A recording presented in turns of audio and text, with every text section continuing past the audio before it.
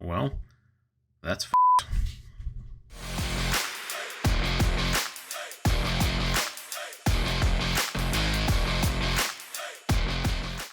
G'day everyone and welcome to Melbourne Power Equipment's YouTube channel.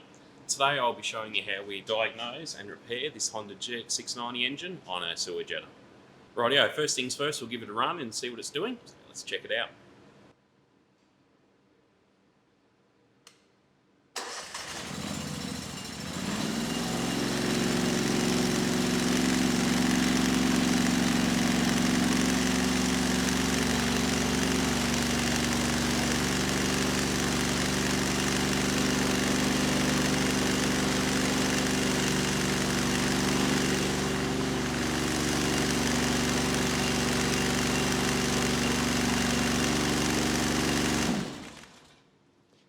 Rightio, it's definitely got an issue with the oil side of it.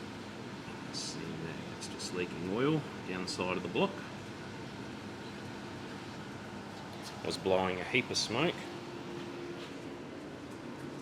Definitely seems to be low on power. And there's more oil coming out that side of the block as well. Right, we'll start pulling some covers off and see what the go is. Okay, so take the air filter cover off.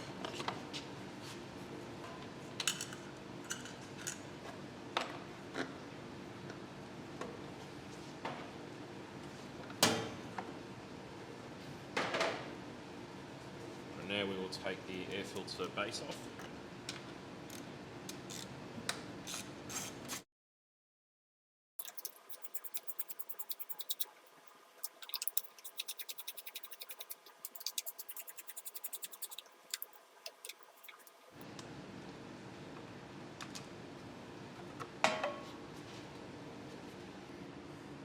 Okay, so I can see that the breather line is not sitting where it should be. That one just there. So that's just blowing some oil out. Still shouldn't be that much oil. There's quite a bit down there, so what I'll do is I'll clean all that up. I'll pop that back on, then I'll give it another run and we'll see if we can see where it's leaking from.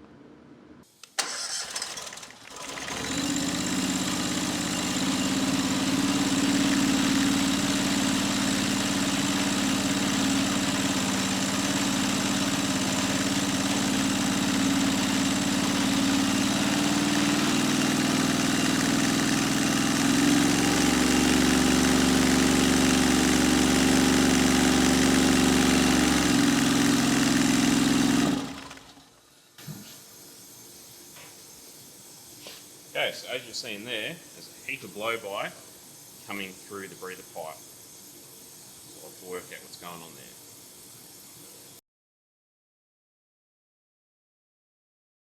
there. Okay, let's give it a start again and see how we go.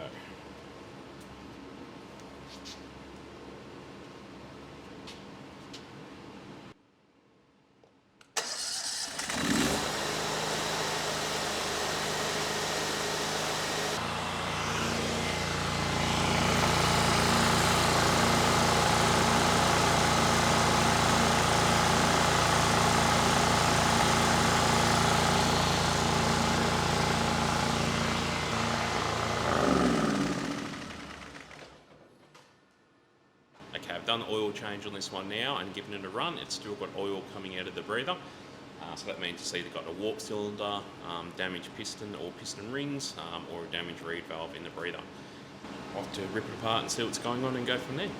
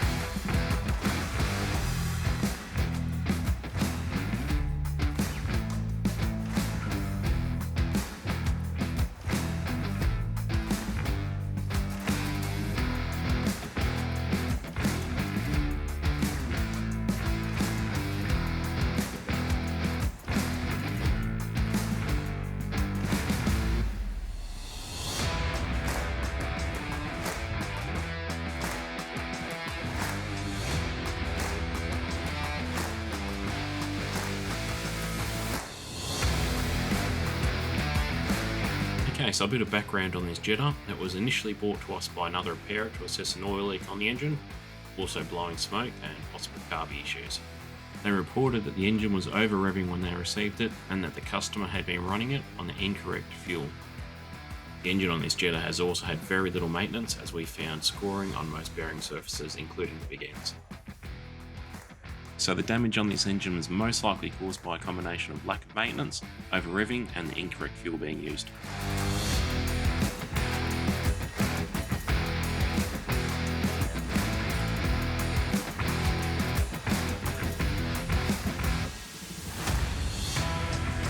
Okay, so you can see the damage on the piston crown. It is beyond me how this engine even ran. It shouldn't have even started with that damage. It's just incredible.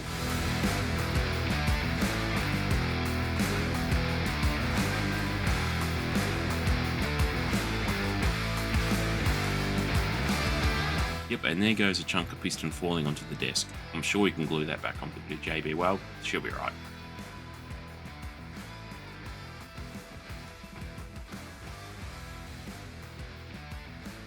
And that has just copped a massive hammering. Have a look how much piston is missing around the top.